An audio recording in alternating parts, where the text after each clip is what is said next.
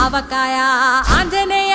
కథ మొదలెట్టినాడు చూడారయ్యా శక్తినంతా చూడగట్టి చెట్టు దులిపినాడు అంజయ్య